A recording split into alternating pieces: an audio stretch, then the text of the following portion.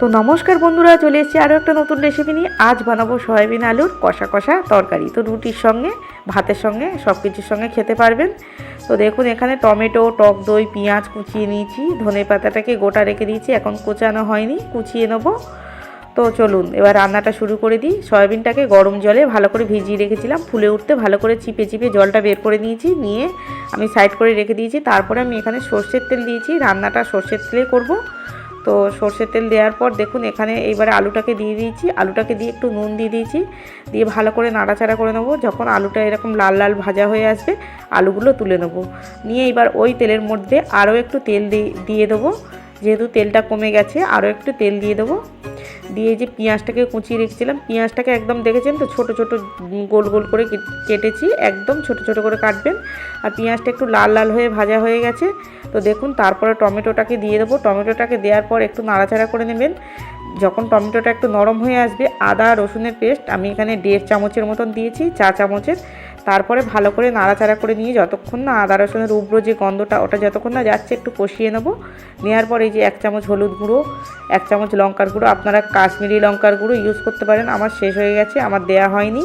তো আপনারা কাশ্মীরি লঙ্কার গুঁড়োটা দেবেন, দিলে কালারটা খুব ভালো আসে। তো এই যে টক দইটাকে 3 চামচ দিয়েছি, দিয়ে এই যে বাটিটা ধুয়ে যা জল ছিল ওটাকেই দিয়ে দিয়েছি, দিয়ে ভালো করে মশলাটা কষিয়ে নেবো। নিয়ে এবারে আমি সয়াবিন আর আলুটা এখন দেবো না, প্রথমে সয়াবিনটাকে দিয়ে ভালো করে কষিয়ে নেব। আলুটা যেহেতু আমার ভাজার সময় তো সিদ্ধ হয়ে গেছে, তো তার জন্য আর আলুটা একটু পরে দেবো। আগে সয়াবিনটাকে দিয়ে ভালো করে কষিয়ে নেব। তো মশলাটা একদম কষানো প্রায় হয়ে গেছে। তো দেখুন, আমি সয়াবিনটাকে দিয়ে একটু ভালো করে কষিয়ে নেব। এবারে নেওয়ার পর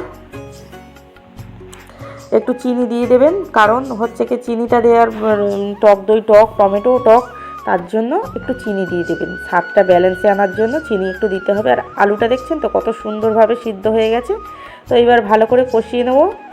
নেওয়ার পর এবারে জল দিয়ে দেবো। জলটা বেশি দেবো না, অল্প করেই জল দেবো, কারণ এখানে তো আলুটা সিদ্ধ হয়ে আছে, সয়াবিনটাও সিদ্ধ হয়ে আছে। তো বেশি আমি জল দেবো না, হালকা করে জল দেবো। দিয়ে জলটা একদম শুকনো করে দেবো, মানে কষা কষা তরকারি হবে জানেন। তো তারপরে ওপর থেকে একটা গুঁড়ো মশলা ছড়িয়ে দেবো। গুঁড়ো মশলাটা বানিয়েছি, আপনাদেরকে দেখানো হয়নি। তো এখানে আছে এলাচ, দারচিনি আর লবঙ্গ, আর আছে জিরে, ধনে, মৌরি, তেজপাতা, শুকনো লঙ্কা, ভালো করে ভেজে একটা গুঁড়ো মশলা বানিয়েছি। তো দেখুন, ধনে পাতাটা কুচিয়ে ওপর থেকে ছড়িয়ে দিলাম। তরকারিটা প্রায় কমপ্লিট হয়ে গেছে।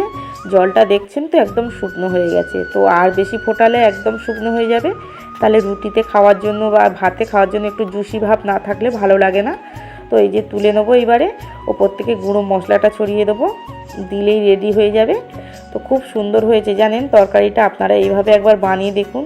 সবার বাড়িতে তো সয়া বড়িটা খেতে চায় না, আমাদের বাড়িতেও অনেকেই খেতে চায় না জানেন। কিন্তু এইভাবে যে বানিয়ে দেখছি সবাই বেশ চেটেপুটে খাচ্ছে। তরকারিটা খুব টেস্টিও হয়েছে। তো আপনারা একবার বানিয়ে দেখুন, খুব সুন্দর লাগবে। কালারটা এসছে দেখছেন একবার, মানে কাশ্মীরি লঙ্কার গুঁড়ো না দিলেও কালারটা খুব সুন্দর কিন্তু আসে। দেখুন কত সুন্দর কালার হয়েছে, একদম চিকেনের মতন দেখতে লাগছে। তো কেমন লাগলো ভিডিওটা কমেন্টে জানাবেন।